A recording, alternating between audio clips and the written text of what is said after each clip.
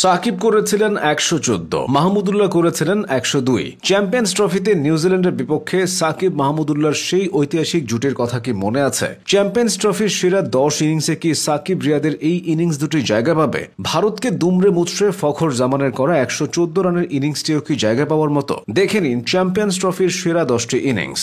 ১০ নম্বরে থাকবে বাংলাদেশের বিপক্ষে রোহিত শর্মার ১২৩ রানের ইনিংসটি। ২০১৭ চ্যাম্পিয়ন্স ট্রফির সেমিফাইনালে রোহিতের সামনে বাংলাদেশ ছিল অসহায়।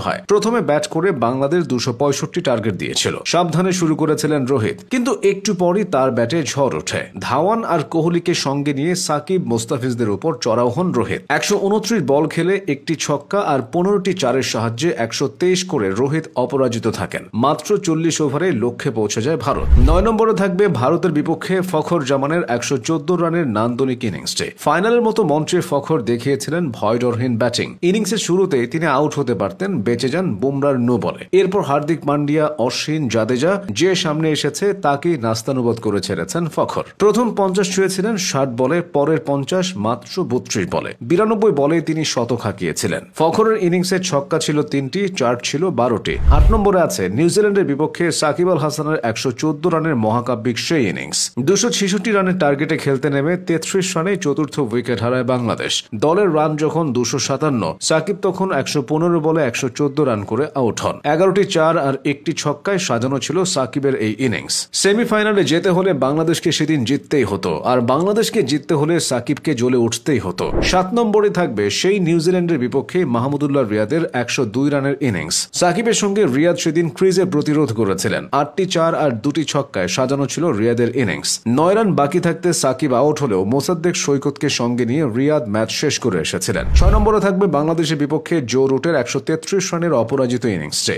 বাংলাদেশ ওই দিন ইংল্যান্ডকে ৩০৬ রানের শক্ত টার্গেট দিয়েছিল। চেস করতে নেমে জো রুট অবিশ্বাস্যভাবে এটাই ১২৯টি বল খেলেছিলেন। ম্যাচটা তিনি বের করে নিয়ে যান। ১১টি চার এবং একটি ছক্কায় সাজানো ছিল জো রুটের সেই ইনিংস। ৫ নম্বরে আছে ২০১৩ সালের চ্যাম্পিয়ন্স ট্রফিতে ইংল্যান্ডের বিপক্ষে কুমার সাঙ্গাকারার ১৩৪ রানের অপরাজিত সেই ইনিংস। শ্রীলঙ্কার সামনে টার্গেট ছিল ২৯৪। কুশল পেরেরা দ্রুত আউট হলে সাঙ্গার উপর চাপ বাড়ে। কিছু সময় পর দিলশানও ফিরে যান, তবে জয়বর্ধনে ও কুলাসেকারাকে নিয়ে শ্রীলঙ্কাকে জয়ের বন্দরে নোঙর করান সাঙ্গা। নান্দনিক ইনিংসটিতে কোনো ছক্কা না থাকলেও ১২টি চার ছিল। শ্রীলঙ্কা লক্ষ্যে পৌঁছে গিয়েছিল ৪৭ ওভার ১ বলে। ৪ নম্বরে রয়েছে ২০০৯ চ্যাম্পিয়ন্স ট্রফিতে শেন ওয়াটসনের ১৩৬ রানের ইনিংস। ইংল্যান্ডের দেওয়া ২৫৮ রানের জবাবে শুরুতেই উইকেট হারিয়েছিল অজিরা, তবে রিকি পন্টিংকে সঙ্গে নিয়ে অস্ট্রেলিয়াকে সহজ জয় উপহার দিয়েছিলেন অজি অলরাউন্ডার ওয়াটসন। ১০ চার আর ৭ ছক্কায় সাজানো ছিল ওয়াটসনের ইনিংস। ৩ নম্বরে রয়েছে ভারতের বিপক্ষে ২০০২ সালে জিম্বাবুয়ের অ্যান্ডি ফ্লাওয়ারের ১৪৫ রানের ইনিংস।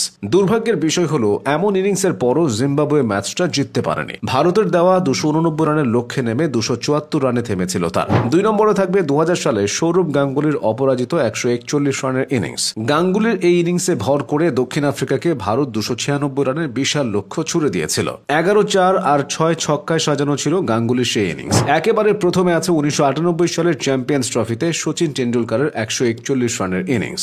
শচীনের মহাকাব্যিক এই ইনিংসের সুবাদে অস্ট্রেলিয়াকে ভারত ৩০৮ রানের বিশাল টার্গেট দিয়েছিল। ২৭ বছর আগে ওয়ানডেতে ৩০০ রান খুব একটা দেখা যেত না। ১২৮ বলে ১৪১ রান করে শচীন রান আউট হয়েছিলেন, তবে ততক্ষণে ম্যাচটা তিনি ভারতের দিকে টেনে এনেছেন। এভাবেই চ্যাম্পিয়ন্স ট্রফি দেখেছে মহাকাব্যিক সব ইনিংস। কখনো নায়ক হয়েছেন সাকিব মাহমুদুল্লাহ, কখনো বা রোহিত, শচীন, গাঙ্গুলিরা।